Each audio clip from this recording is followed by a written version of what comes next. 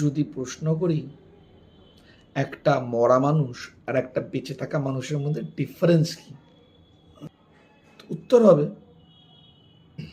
মরা মানুষের তো হার্ট চলে না, লাংস চলে না। খুব ভালো কথা। তো এই হার্ট, এই লাংস আমাদের ভেতরে চলছে কিরম ভাবে? প্রত্যেকটা জিনিস চলার জন্য তো একটা এনার্জি লাগে, এনার্জি দিয়ে চলছে। তো এই এনার্জিটা আসছে কোথা দিয়ে? কেন? আমরা যে খাবার খাই, নিঃশ্বাস নিই, এনভায়রনমেন্ট থেকে, প্রকৃতি থেকে, নেচার থেকে, সূর্যের আলো, যেটা কিনা ক্লোরোফিলের দ্বারা কনভার্ট হচ্ছে ফটোসিনথেসিসের মাধ্যমে খাবারে, সেই খাবার আমরা খাচ্ছি। অথবা কোনো জন্তু সেই খাবারটাকে খেলো, তাকে খেয়ে আমরা টার্সিয়ারি, প্রাইমারি, সেকেন্ডারি, টার্সিয়ারি হিসেবে সেই এনার্জি গ্রহণ করছি সূর্যের থেকে।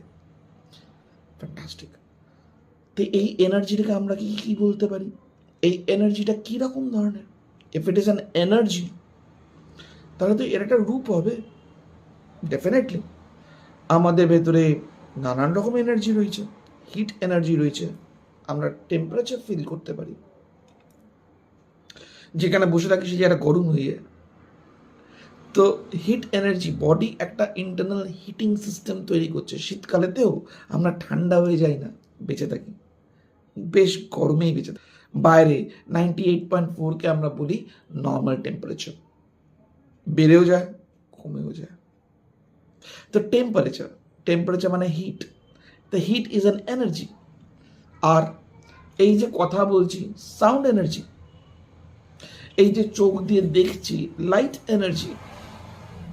আমাদের বডি থেকে লাইট এনার্জি এমিটও করে, যেটা ঠিকঠাক মতন ডিভাইসেতে, ঠিকঠাক মতন যন্ত্রপাতিতে বোঝা যায়।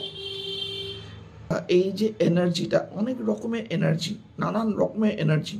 সেই এটিপি ভেঙে গিয়ে এডিপি তৈরি হচ্ছে, সেখান থেকে এনার্জি আসছে। মাইটোকন্ড্রিয়া, নিঃশ্বাস প্রশ্বাসের থেকে এনার্জি আসছে, কেমিক্যাল এনার্জি। প্রচুর রকমের এনার্জি রয়েছে আমাদের বডিতে, আমাদের শরীরে। কিন্তু এর মধ্যে কিছু এনার্জি রয়েছে যেটা ম্যাক্সিমাম, যেটা হচ্ছে কি ইলেকট্রিক্যাল এনার্জি। কি করে বললাম, কি করে বুঝলাম? এই যে ব্রেন চলে, ইলেকট্রিসিটি দিয়ে চলছে ব্রেন। মাপি কিরম ভাবে? ইলেকট্রোএনসেফালোগ্রাম দিয়ে। মানে ব্রেনের মধ্যে কারেন্ট ঠিক মতন চলছে কি না মাপা।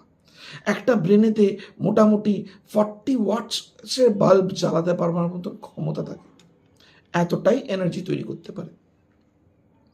আমরা শুনেছি হার্ট চলে কি দিয়ে? ইলেকট্রিসিটি দিয়ে। মাপবার জন্য ইলেকট্রোকার্ডিওগ্রাম। মাসেলস চলে কিরমভাবে? ইলেকট্রিসিটি দিয়ে। মাপবার জন্য অনেক রকম টেস্ট রয়েছে, যেরকম নার্ভ কন্ডাকশন, ভেলোসিটি, ইলেকট্রোমায়োগ্রাম, প্রচুর রকম টেস্ট রয়েছে।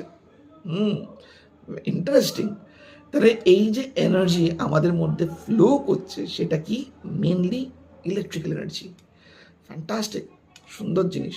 এটাকে আমরা অন্যভাবে বলতে পারি আত্মা, স্পিরিট। ঠিক আছে? Spirit is nothing but an energy. কি ধরনের এনার্জি? Electrical energy.